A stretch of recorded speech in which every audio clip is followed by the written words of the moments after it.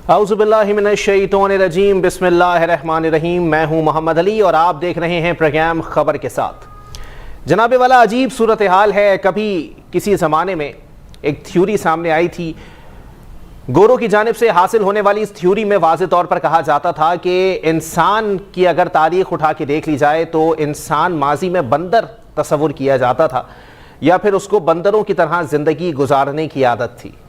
यानी अगर कुल मिलाकर बात कर ली जाए तो इंसान माजी में जानवर जैसी ज़िंदगी गुजारता था, लेकिन बाद में उसके अंदर इंसानियत पनपना शुरू हुई और उसने अपनी ज़िंदगी को उस मुताबिक ढाला जिस पर अल्लाह ताला ने उसे अशरफुल मखलूकात का मनसब दिया था।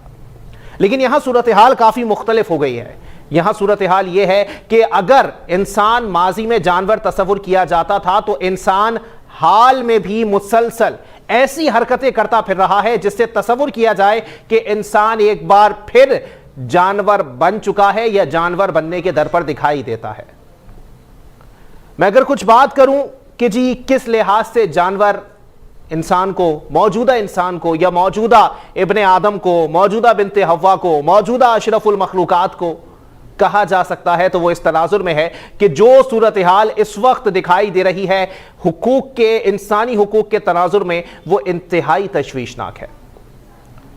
मैं जिक्र करता चलूं, आज लाहौर के अंदर एक इंतहाई अफसोसनाक वाकया पेश आया है और घरेलू मुलाजमा पर इतना तशद्दुद किया गया कि वो 13 साला मासूम बच्ची अपने खालिक हकीकी से जा मिली और उसके बाद बेशर्मी और ढिठाई की इंतहा चेक की जाए तो मैं आपको वाजे करता चलूं कि जी वर्सा ने इल्जाम आयद किया है कि इसी बच्ची की वालिदा को चुप कराने के लिए जो मालिकान हैं उनकी जानिब से 1 लाख रुपए सिक्का रायजुल वक्त देने का सोचा गया और कोशिश की गई कि किसी तरह इनके वर्सा खामोशी इख्तियार कर लें।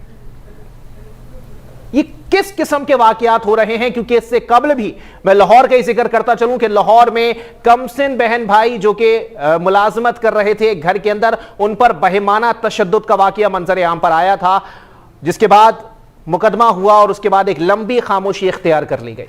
इसी पर बात करेंगे। हमारे साथ मौजूद हैं सीनियर समाजी रहनुमा हैं, किसी तारुफ की मोहताज नहीं है, आलिया सालिम साहिबा हमारे साथ मौजूद हैं। बहुत शुक्रिया आलिया साहिबा, आपने अपना कीमती वक्त इनायत किया। आलिया साहिबा, क्या कहेंगी सूरत हाल के अंदर? ये एक बच्ची है, इससे कबल भी मुत्तादिद इस किस्म के वाकयात हो रहे हैं, समझ नहीं आता चाहते क्या हैं ऐसे लोग?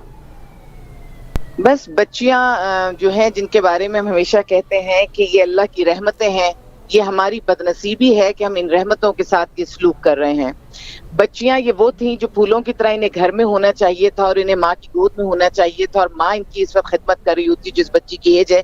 लेकिन हमारे मुल्क में गुर्बत है, बेबसी है, बेकसी का आलम है, न कोई किसी को, न रिश्तेदारों में रिश्ते रहे, न हुकूमत के पास वो सारी वसाइल मौजूद तो हैं, अवाम तक नहीं पहुंचे। तो इन बच्चियों के लिए हम दुख करें तो वो काफी नहीं होगा, क्योंकि एक बच्ची की हाय अल्लाह ताला के अर्श को हिला देती है। अगर दुनिया के हम किसी भी निजाम को ना माने तो हम एक मुसलमान तो है ना, तो हम मुसलमान ये जानते हैं कि इन बच्चियों के ऊपर अगर जुल्म होगा तो अल्लाह ताला की रहमत कैसे जोश में आएगी और फिर हमारे साथ क्या मामलात होंगे। अगर मैं तारीखी एतबार से देखूं तो अंग्रेज यहाँ से चले जरूर गए हैं, लेकिन वो जो एक गुलाम बनाने का तस्वुर उनके जहन में था, वो तस्वुर वो हमारे अंदर ही डालकर चले गए हैं। यानी हमारे पास सूरत हाल ये है कि एक दूसरे को कंट्रोल किया जाता है।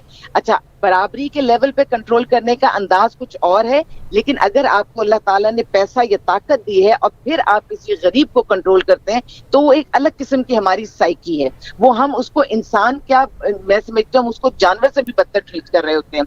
अगर मैं लवाहिकीन के हवाले से बात करूं तो मैं हमेशा ये कहती हूँ कि लवाहिकीन को भी जब वो मजबूत होकर खड़े हो जाएं तो दुनिया इधर की उधर हो जाए या सारी की सारी दुनिया की दौलत भी उनके पास रख दी जाए या धमकियां दे दी जाए, बस फिर वो ये समझें कि ये ऐलान जंग है। जब जालिम के खिलाफ खड़ा होना है तो ऐलान जंग है।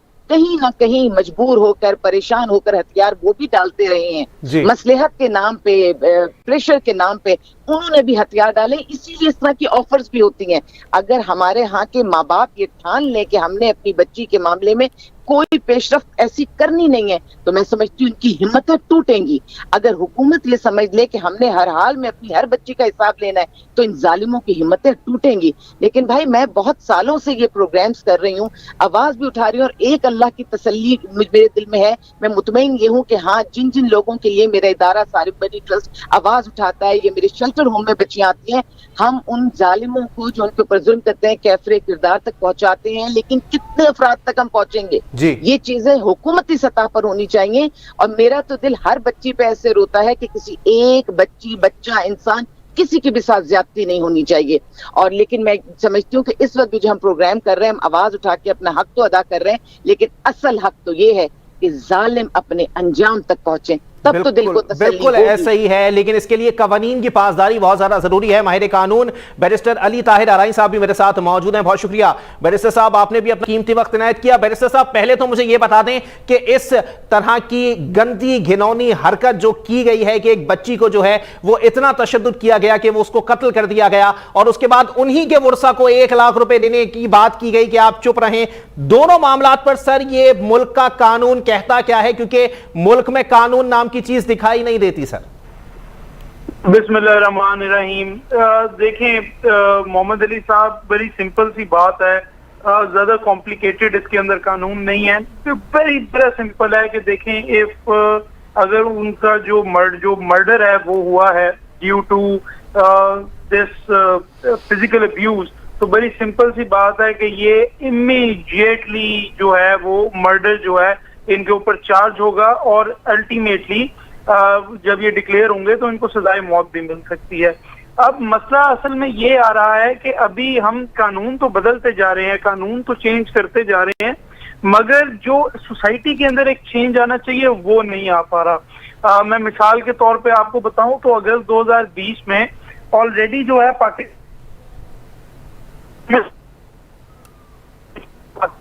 जो डोमेस्टिक लेबर है उसको इलीगल करार दे दिया हुआ है। ये हुआ, जोहरा शाह का केस हमारे सामने आया, उज़मा बीबी का केस हमारे सामने आया, तैयबा केस हमारे सामने आया, जिसमें एक एडिशनल डिस्ट्रिक्ट एंड सेशंस जज और उनकी वाइफ खुद मुलविस है बराह रात उस बच्ची पे तशद्दुद करने में। और तमाम केसेस में हमें ये याद नजर आता है कि हम देखते हैं कि जब वो उनको मालकान को लगता है कि अब चीज जो है वो बाहर निकल रही है हमारे हाथ से, तो वो 1 या 2 लाख रुपए जो है वो फौरी तौर पे देने के लिए तैयार हो जाते हैं। और उनके ख्याल में गरीब की जिंदगी या गरीब की डिग्निटी सिर्फ जो है वो इतनी ही होती है। अल्टीमेटली जरा इसको इस तरह से भी देखिएगा कि जो सोसाइटी हमारी है, हम जानते हैं कि हर बच्चा, हालांकि हमारे आइन के अंदर ये क्लियरली लिखा हुआ है कि सब तमाम बच्चों को कंपल्सरी एजुकेशन देना इस रियासत का काम है, मगर ये रियासत बिल्कुल उसमें फेल हो चुकी है। आप नए पाकिस्तान में देखें तो मैं आपको बता रहा हूं कि तैयबा पे जिस जज ने तशद्दुद किया था इस्लामाबाद के अंदर, उसको एक महंगा तरीन प्लॉट इस रियासत ने जो है उसको गिफ्ट करने की कोशिश की। ये तो शुक्र है कि इस्लामाबाद हाई कोर्ट और जस्टिस अतर मिनुल्लाह साहब ने उस मैटर को फौरी तौर पे उठाया, देखा और उसको बार किया, वरना यहाँ पे हमारे पाकिस्तान में कानून तो ये कहता है कि जो बच्चे या बच्ची पे तशद्दुद करे वो 1 से 3 साल के लिए फौरी तौर पे जेल जाएगा। और ये आप देखें कि सुप्रीम कोर्ट ने सू मोटो इसके ऊपर भी लिया था, तो 1 साल की जेल उनको हुई, जो इस्लामाबाद हाई कोर्ट ने फिर 3 साल की और सुप्रीम कोर्ट ने वापस 1 साल कर दी।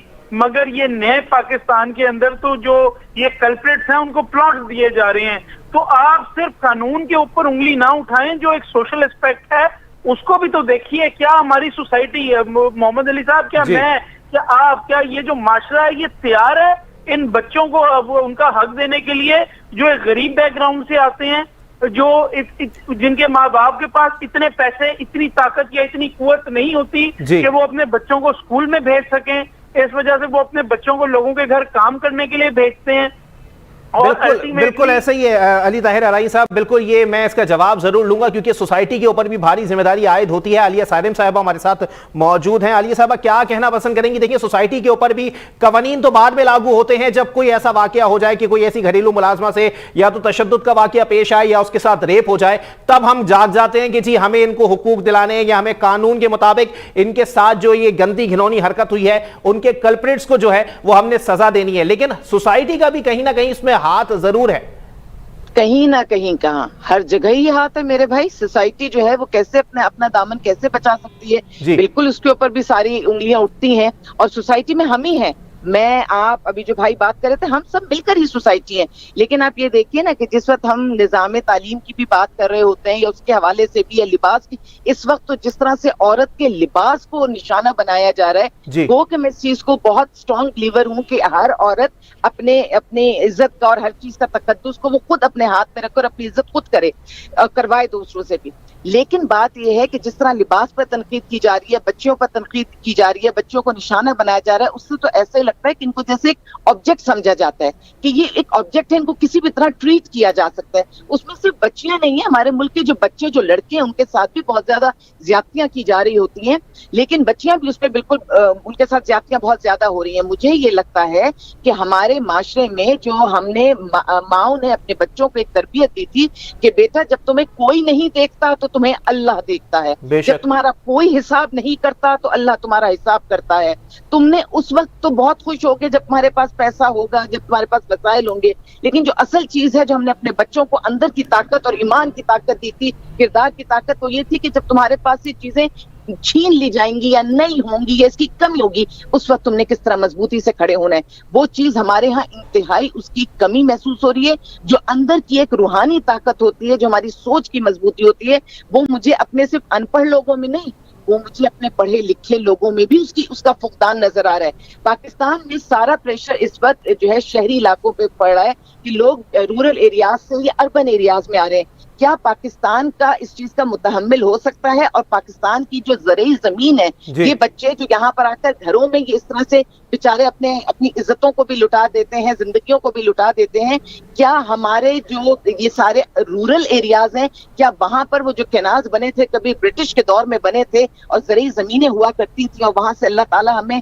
बहुत हर तरह का गल्ला दिया करता था, क्या उस तरफ भी हम दोबारा हमारी हुकूमत नहीं लेके जा सकती? लेके जाना नहीं चाहती। यही बच्चे जो घरों में नियत का फुकदान पाया जाता है। बिल्कुल आलिया सारिम साहिबा जी, अगर इन्हें वहां भी बच्चों को एडजस्ट किया जाए तो अपनी जमीनें होती थी, अपना काम होता था, कम से कम पेट पाल लेते थे, पेट पालने के लिए अपनी इज्जतें और जिंदगी नहीं गवाते थे। बिल्कुल अली ताहिर आरई साहब की तरफ दोबारा बढ़ूंगा। अली ताहिर आरई साहब, चले ठीक है, मान ली मैंने आपकी बात की, चले ठीक है, सोसाइटी का भी बहुत बड़ा बल्कि ज्यादातर किरदार आलिया सारिम साहिबा ने क्लियर कर दिया कि जी सब जगह तो सोसाइटी का ही किरदार है। लेकिन सर कवानीन के ऊपर भी आ जाते हैं ना, क्योंकि अगर ताकतवर के सामने इस मुलाजमा के घर वाले खड़े हो सकते हैं तो सर फिर तो चले ठीक है, लेकिन अगर मैं ताकतवर की बात करूं तो ताकतवर एक बड़े से बड़ा महंगा वकील कर लेगा और उसके बाद वो गंद उछाली जाएगी अदालत के अंदर कि कोई मुद्दई इस मुकदमे को लेकर खड़ा नहीं हो सकता। क्या कहेंगे अली भाई? नहीं, मैं आपकी बात से बिल्कुल एग्री नहीं करता। बिल्कुल ठीक है, आपकी बात ठीक है कि महंगे से महंगा और अच्छे से अच्छा वकील खड़ा किया जा सकता है उनकी तरफ से, लेकिन इसका यह मतलब नहीं है कि तमाम वकला जो हैं वो सिर्फ ऐसे पाए गए हैं जिन्होंने ऐसे लोगों को जिनके ऊपर ओपन एंड शट केस था उनको भी जमानतें दिलवाई हैं। तो सर ये दो राय बात नहीं है। नहीं, बिल्कुल ठीक है, लेकिन चंद ऐसे एंकर भी जरूर होंगे आपसे। बिल्कुल है सर, अच्छे बुरे लोग हर फील्ड के अंदर मौजूद हैं सर, मैं तो कह रहा हूं। मगर पाकिस्तान का जो कानूनी निजाम है, मैं आपको बताऊं कि वो कितना मेलो नहीं है, इतना सॉफ्ट समझ लेते हैं। मैं ये समझता हूँ मोहम्मद साहब कि बहुत से फुकला पहले भी दोनों केसेस में खड़े होते रहे हैं और इंशाल्लाह इस दफा भी खड़े होंगे। अगर आप देखें तो हमें ये नजर आता है कि एग्जेक्टिव और पुलिस की तरफ से शायद इतना काम नहीं किया गया जितना पाकिस्तान में अदालतों और वकीलों की तरफ से ऐसे केसेस में किया गया है। और मैं आपको तैयबा केस जो है, मैं आपको उसी की मिसाल दोबारा देता हूँ कि एक जज और उनकी अपनी वाइफ उसके अंदर इन्वॉल्व थी, लेकिन फिर लीगल फैसिलिटी थी, ये जजेस और वकला थे जिन्होंने अपने अंदर अकाउंटेबिलिटी की और उनको सजा भी दिलवाई। इस वक्त वो जो मियाँ बीवी है वो जेल की सलाखों के पीछे अपनी कैद काट चुके हैं, तो एटलीस्ट हमने उनको सजा तो दिलाई। और आपको इस बात थोड़ा सा एप्रिशिएट करना पड़ेगा कि इंशाअल्लाह ताला अगर मोहम्मद अली साहब आप जैसे दो सच्चे लोग खड़े हो जाएं और कानून के ऊपर अपना भरोसा रखें और उस भरोसे को टूटने ना दें, तो इंशाअल्लाह ताला ये चीजें मंतकी इंजाम तक पहुंचती हैं।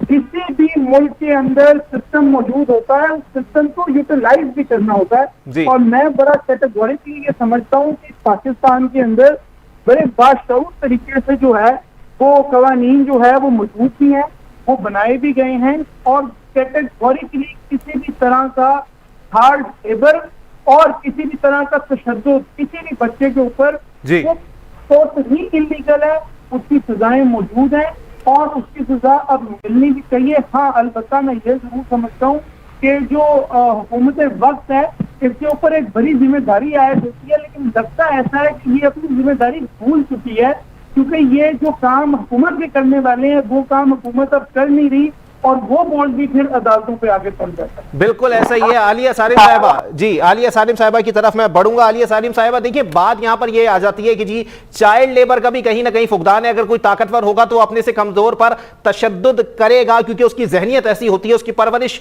जो है वो उसने घेर रखा होता है इस तमाम तर सूरत हाल को। लेकिन मैं फिर भी सोचना और पूछना पसंद करूंगा कि जी ये चाइल्ड लेबर के ऊपर जो है वो जो कवानीन मुरत्तब किए गए हैं उन पर इतना अमल दरामद क्यों नहीं होता आलिया सालिम साहिबा, जो कि होना चाहिए अगर दूसरे ममालिक से मवाजना कर लिया जाए तो? हमारे मुल्क में जब भी बात की जाती है ना, तो बात की जाती है उसके हल के ऊपर भी सिर्फ बात की जाती है, बस हर चीज पर बात की जाती है। बात इतनी सी है कि चाइल्ड लेबर को आप कैसे रोक सकेंगे जब एक गरीब के पास जिसकी तनख्वाह जो है वो 15,000 20,000 है। ये मैं आपको बताऊं क्योंकि शेल्टर होम रन करती हूँ, तो ये बताऊं उसकी तनख्वाह है ही नहीं, क्योंकि वो नशे में पड़ा हुआ है वो शख्स, लेकिन औलादें उसके पास बहुत सारी हैं, और जो उसकी बीवी है वो बेचारी से हर साल औलाद को पैदा करती है, ना उसके जिस्म में ताकत है, ना उसके पास तालीम है, ना हुनर है, वो कैसे बाहर निकल कर कमाएगी। उसके बाद अगर हम ये कहेंगे कि बिल्कुल चाइल्ड लेबर नहीं होना चाहिए, ये तो 100% बात है, इस पे तो बहस ही नहीं है। लेकिन फिर जब ऐसे घर के मसले मसाइल होंगे तो क्या कोई कानून, कोई अदालत या कोई भी मैं समझती हूँ अखलाकियात उन्हें रोक पाएगी इस बात को कि बच्चा भूखा मर रहा है तो वो तो कहेंगे ना कि बच्चा जाके बाहर पे काम करके आएगा।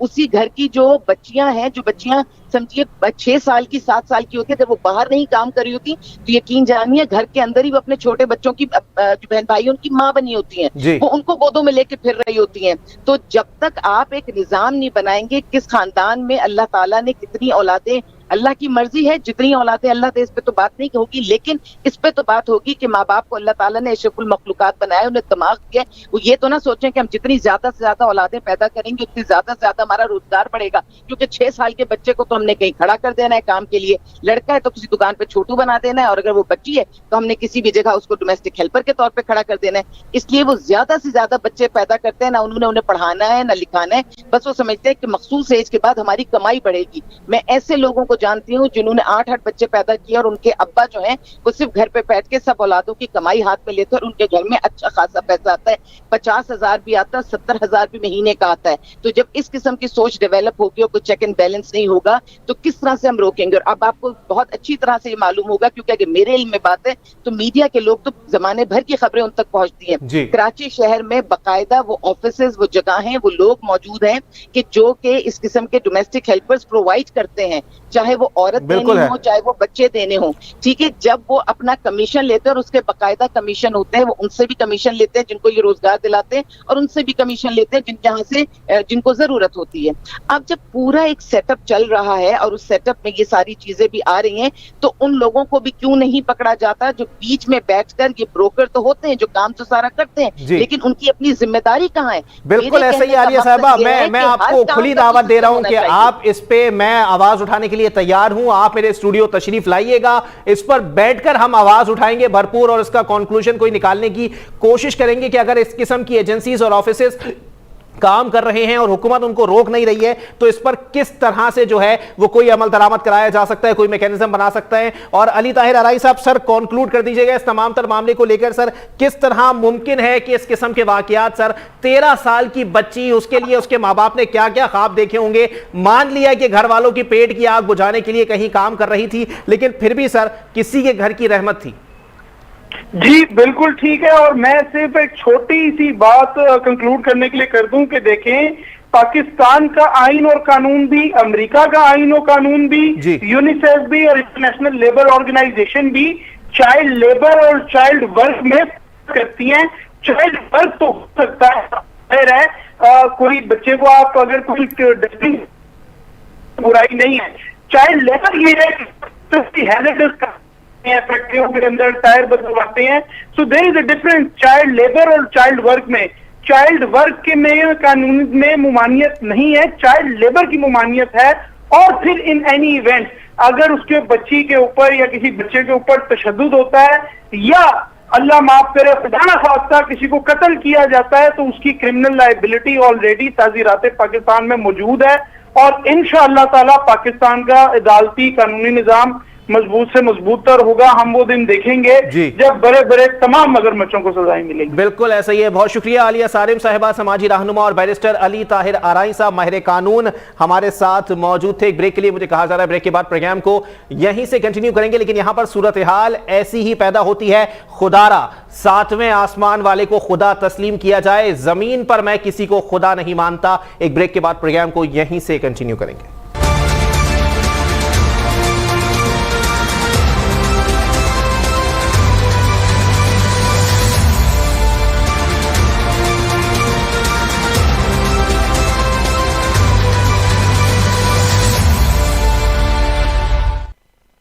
वेलकम बैक नाज़रीन, प्रोग्राम के सिलसिले को आगे बढ़ाएंगे और अब कुछ बात करेंगे। कोरोना वायरस के बाद अब नई मुसीबत आ खड़ी हुई है और मैं आपको वाज़ेह करता चलूं कि पाकिस्तान भर में हालिया बारिशों के बाद डेंगू वायरस ने सर उठाना शुरू कर दिया है और अब भी मुसलसल केसेस में इजाफा देखने में आ रहा है। कराची, लाहौर, इस्लामाबाद, हर जगह पर अस्पताल के अंदर सूरत हाल इंतहाई अबतर दिखाई दे रही है। सूरत हाल इंतहाई खराब है और जहां जहां पर डेंगू के वार्ड्स कायम किए गए हैं वो इस वक्त भर चुके हैं।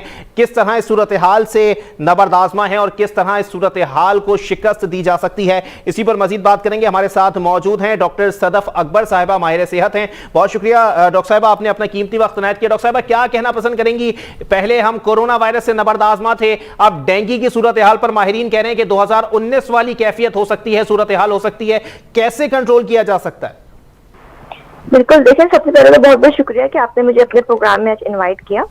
देखिए, क्योंकि अभी हालिया बारिशें जो भी हुई है तो उसके बाद ऐसी अब तक सूरत हाल रोनमा हो चुकी है कि डेंगू वायरस से अब जो है पाकिस्तान के मुख्तलिफ शहर, स्पेशली कराची है, पंजाब है, बहुत ज्यादा मुतासिर हो रहे हैं। क्योंकि देखिए अभी तक जो हमारे पास अभी कुछ दिनों पहले जो बारिशें हुई हैं उसका पानी जा बजा अभी तक हर जगह तरफ मौजूद है। और जो एडिस इजिप्टाई जो होता है, जिसे हम जो है डेंगू मच्छर बोलते हैं, ये इसकी जो है परवरिश अमूमन साफ और जो है ये जो स्टेगनेंट वाटर होते हैं, जो जमे हुए पानी जहाँ पर मौजूद होते हैं, उन सब जगहों पर हो रही होती है। तो अभी तक हमारे इवन के जो है घरों में भी इस तरीके के जो है ऐसे कुछ ऐसी जगह मौजूद हैं जहाँ पर अभी तक ये स्टेगनेंट वाटर मौजूद है। तो उनके अंदर ये इन मच्छरों के जो है लार्वों की अभी तक अफजाइश हो रही है। तो सबसे पहले तो हमें उन तमाम जगहों को अपने जो आइडेंटिफाई करना चाहिए कि हमारे डिफरेंट शहरों में ऐसी कौन कौन सी जगह हैं, ऐसी कौन कौन सी सड़कें हैं जहाँ पर ये स्टेगनेंट वाटर मौजूद है, और फिर वहां से उसको जो है हम जो है फौरी तौर पर रिमूव करें। ताकि देखेंगे क्योंकि ये अगस्त से दिसंबर तक का ये जो हमारे पास सीजन होता है, ये डेंगू मच्छरों की अफजाइश का एक बहुत ही जो है इनके लिए एक मोतदिल मौसम होता है। तो बहुत ज्यादा इसके जो हमारे पास इसी वजह से जो है केसेस सामने आ रहे हैं। और इसको जब तक हम बाकायदा तौर पर कंट्रोल नहीं करेंगे, एक तो हमें जो है हुकूमती सतह पर भी इसके जो है इकदाम करने चाहिए, और जो कि इनफरादी तौर पर भी हम देखें कि क्योंकि देखिए ये हमारे घरों में जो है इसके लिए एक बिल्कुल मवाफिक माहौल हम दे रहे होते हैं। अगर हमारे घरों में ऐसी कोई जगह है कि जहाँ पर हमारे पास अभी तक जो है बारिश के बाद कोई भी स्टेगनेंट वाटर मौजूद है। जी, अच्छा डॉक्टर साहब, यहाँ पर यह भी सवाल पैदा होता है ना कि देखिए सूबाई सतह हो या फिर वफाकी सतह हो, हर सतह के ऊपर डेंगू सर्विलेंस सेल जो हैं वो काम कर रहे हैं, वार्ड्स कायम कर दिए गए हैं, और 2019 वाली सूरत हाल का माहिरीन जो है वो इस वक्त ऐलान कर रहे हैं कि जी 2019 वाली जो है वो सूरत हाल पाकिस्तान में डेंगू को लेकर हो सकती है। इस सूरत हाल को कैसे कंट्रोल में लाया जा सकता है? क्योंकि 2019 को अगर देख लिया जाए तो डेंगू के हवाले से सूरत हाल बहुत ज्यादा खराब थी, अस्पतालों में जगह खत्म हो चुकी थी। बिल्कुल, देखिए इसमें फिर वही बात है कि जब तक हम इसको जो है कंट्रोल नहीं करेंगे, क्योंकि ये कोई ऐसी मुतादी बीमारी नहीं है कि ये एक फर्द से जो है दूसरे फर्द में ट्रांसफर होती है। ये बीमारी सिर्फ एक फर्द से दूसरे फर्द में जब भी ट्रांसफर होती है जब अगर डेंगू से मुतासरा फर्द है, अगर उसको कोई और नॉर्मल मच्छर भी जब काट लेता है तो वो उस मच्छर के अंदर फिर वो उस डेंगू के वायरस एंटर हो जाते हैं, और फिर वो जब वो वाला मच्छर जब किसी सेहतमंद शख्स को काटता है तो उसके बाद वो फिर उसके अंदर डेंगू के वायरस को जो है ट्रांसमिट कर देता है। तो इस तरीके से इसमें जो है पर्सन टू पर्सन जो है ट्रांसपोर्टेशन हो रही होती है। तो ये कोई इस तरीके का मर्ज नहीं है कि जो है कोविड की तरह के हम इसको जो है मुतादी मर्ज कहें कि ये एक पर्सन से दूसरे पर्सन में जो है बाकायदा इस तरीके से ट्रांसफर होता है। तो डॉक्टर साहब यहाँ पे देखें यहाँ पर ये भी सवाल पैदा होता है ना कि देखिए हर घर के अंदर पानी की टंकी मौजूद होगी, हर घर में बाल्टी में पानी मौजूद होगा, और जाहिर सी बात है कराची और दीगर शहरों के अंदर पानी की किल्लत रहती है तो लोग अपने घरों में पानी स्टॉक करके भी रखते हैं। कैसे मुमकिन है कि इसकी अफजाइश को घरों में से रोका जा सके?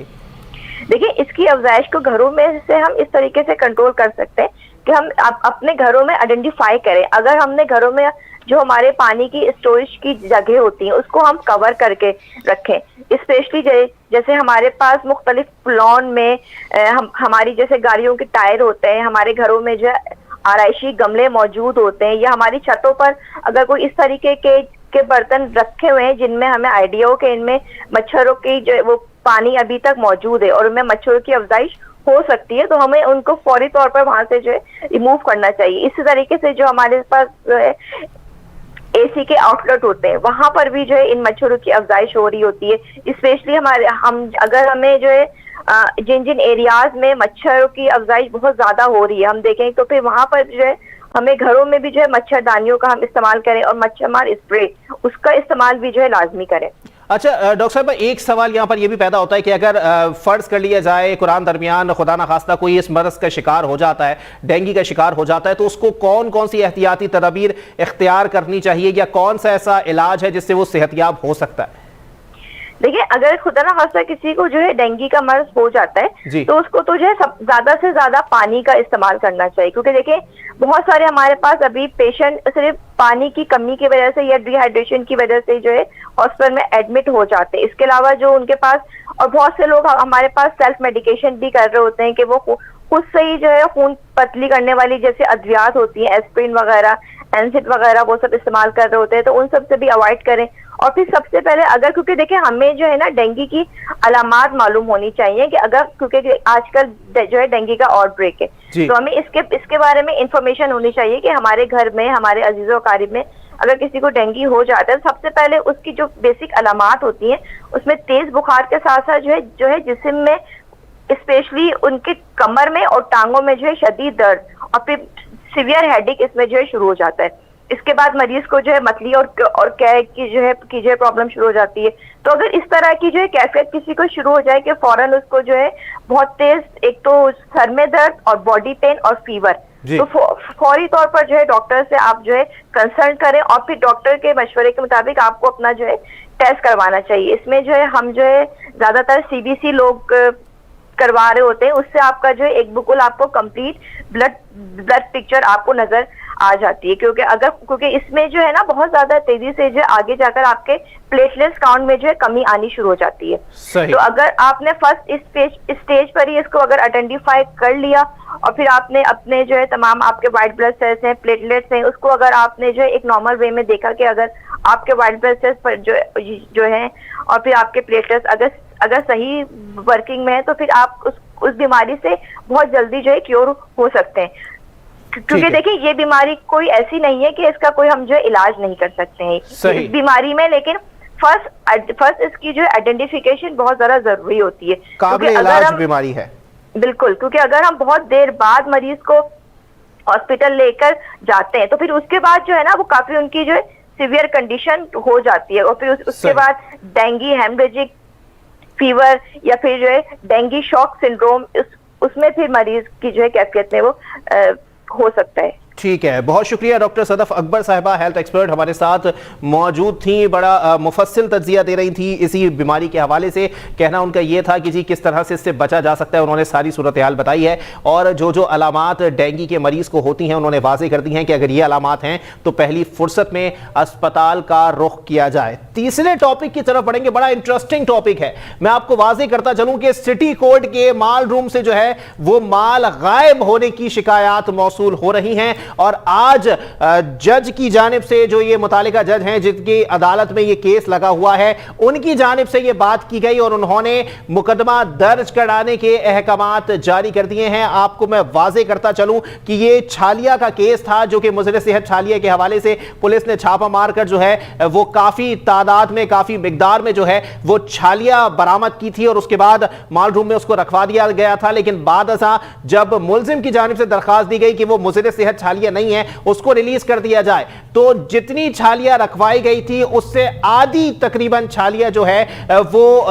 वहां से हटा दी गई। उसमें खुर्दबुर्द देखने में आई है, उसको वहां से चोरी किया गया और उसकी जगह पर भूसे के थैले रख दिए गए हैं। यह सूरत हाल सिटी कोर्ट के अंदर देखने में आई है और इस पर वाज़ेह तौर पर जज की जानिब से मुकदमा दर्ज कराने के अहकामात जारी कर दिए गए हैं और इस पर वकील की जानिब से भी दरखास्त दायर की गई है और इस पर बताया जा रहा है कि वो मुजरिम सेहत छालिया नहीं थी, इसलिए काफी मिकदार में वो छालिया वहां से चोरी कर ली गई और जितनी मिकदार में छालिया बरामद की गई थी या फिर माल रूम में रखवाई गई थी, वो तमाम तर सूरत हाल वाज़ेह हो चुकी है। और अगर मैं वकला की बात करूं तो वकला की जानिब से यह बात वाज़ेह तौर पर की जा रही है कि बार बार जो है वो माल रूम के अंदर आग लगने की वजूहात भी यही हो सकती है, क्योंकि वहां से माल गायब करने के लिए वहां का स्टाफ मुलव्विस पाया जाता है। इसी पर मजीद बात करेंगे। हमारे साथ मौजूद हैं एडवोकेट साकिब नवाब साहब, जो कि इस मुकदमे के अंदर वकील भी हैं, माहिर कानून भी हैं। बहुत शुक्रिया एडवोकेट साहब, आपने अपना कीमती वक्त इनायत किया।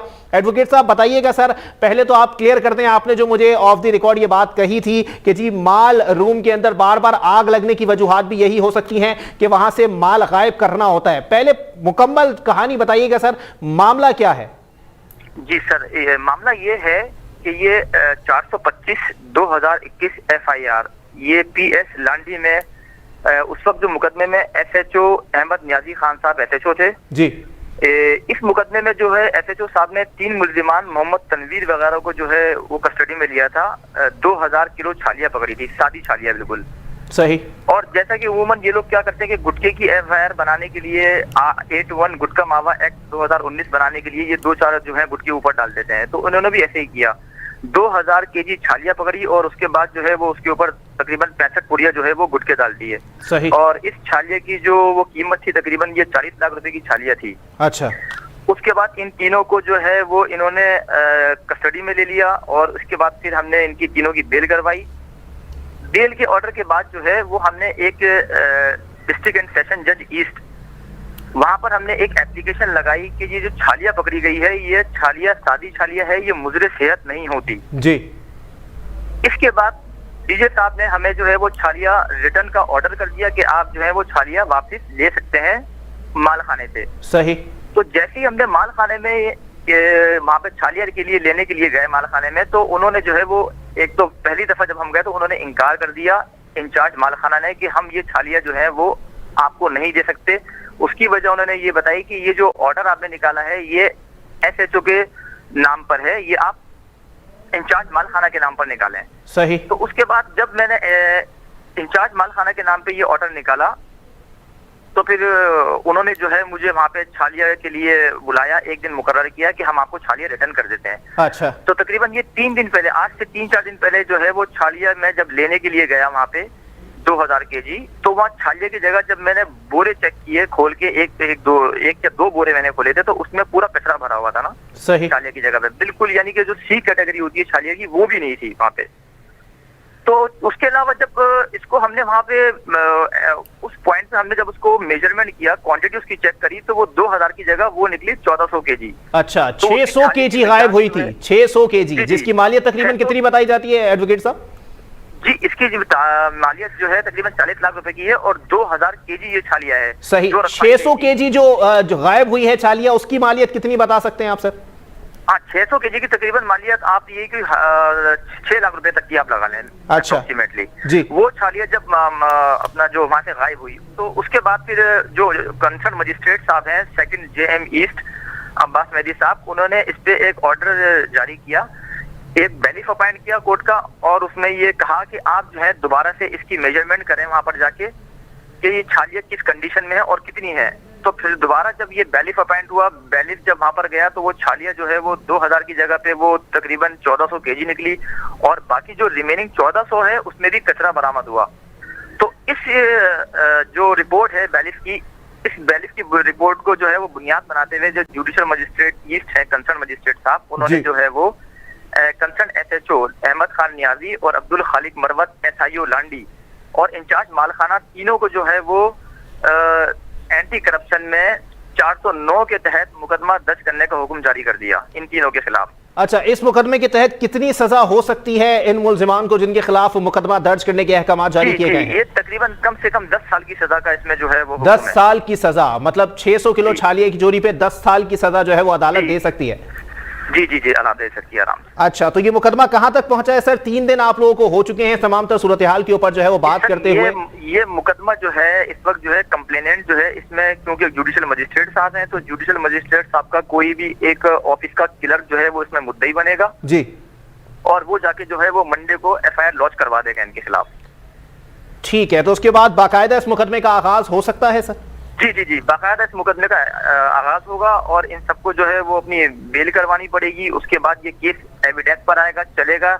इंशाल्लाह जब ये बेल करवाएंगे तो हम इनकी बेल को जो है वो वहाँ पे इनके खिलाफ जाएंगे और इस बेल को इंशाल्लाह डिसमिस करवाएंगे और इंशाल्लाह हम इन सबको सजा करवाएंगे। अच्छा एडवोकेट साहब, एक सवाल यहाँ पर यह भी पैदा होता है सर कि माल खाने से ये पहला केस है जो कि अब तक निकल कर आया है सामने कि जिस पे जो है वो शोर हो रहा है कि जी इतनी छालियां गायब हो गई, जिस पर मुकदमा दर्ज हो गया। सर ऐसे पता नहीं कितने मुतादिद मुकदमात हो चुके होंगे या इस तरह की कौन कौन सी जो है वो खुर्द-बुर्द हो चुकी होगी, किस तरह इन मामलात को रोका जा सकता है या फिर किस तरह जो है वो इन चीजों पर चेक एंड बैलेंस रखा जा सकता है? देखिए, मैं आपको बताऊं कि जब मैं ये छालिया लेने के लिए वहां पे गया ना 2000 kg जी, तो मैंने ये इंचार्ज मालखाने से ये बात पूछी थी कि आप जब SIO से, थाने वालों से जब आप छालिया ले रहे थे 2000 kg, तो आपने इसको मेजरमेंट किया था, तोला था कि आप कितनी रिसीव कर रहे हैं अपने मालखाने में? तो उन्होंने मुझे ये कहा स्ट्रेट फॉरवर्ड कि भाई हमारे पास ऐसा कोई आला नहीं है, ऐसा कोई तराजू नहीं है जिसपे हम तोल सकें, क्योंकि ये हमें अलाउ तो है कि आप तोल के लें, लेकिन वो कह रहे थे हमें ये फैसिलिटीज प्रोवाइड ही नहीं की गई सरकार की तरफ से कि आप इस छालियों को तोल के लें। ठीक है, तो इसलिए वो कह रहे थे कि हमारे पास ऐसे कोई मेजरमेंट ही नहीं है, तो वो कह रहे थे हम तो मजबूर होते हैं कि हम इसी कंडीशन में छालियां लें वापस जितनी है। अब वो उनका ये कहना है कि सर ये जो छालियां है 1400 जो आप अभी जो मेजरमेंट कर रहे हैं 1400, ये हमें 1400 ही मिली थी। अच्छा, तो थाने के ऊपर मुकदमा दर्ज किया जा सके, वहां पर इन्वेस्टिगेशन जो है वो स्ट्रॉन्ग की जा सके। जी जी, ताकि जो है ये अपने ऊपर से जो है वो मतलब हटाना चाह रहे हैं बटन जी, ऐसा इंचार्ज मालखाना कि हमें छालियां जो है वो 1400 ही मिली थी। ठीक है, क्लियर जो रोड सर्टिफिकेट है, जो SIO ने रोड सर्टिफिकेट जमा करवाया है, उसमें क्लियर लिखा हुआ है 2100 kg छालियां जो है वो मालखाने में जमा करवा रहा है, वो सही दिया उसने। चले ठीक है, बहुत शुक्रिया एडवोकेट साकिब नवाब साहब, आपने अपना कीमती वक्त इनायत किया। और इसी तरह के मामलात हैं कि जो चीज़ सामने आ जाए उस पर शोर हो जाता है, लेकिन जो चीज़ सामने ना आए उस पर पर्दा डाल दिया जाता है। इसी के साथ अपने मेज़बान मोहम्मद अली को दीजिए इजाज़त। सेहत ने साथ दिया और ज़िंदगी ने वफा की, तो फिर मुलाकात होगी। अल्लाह हाफ़िज़।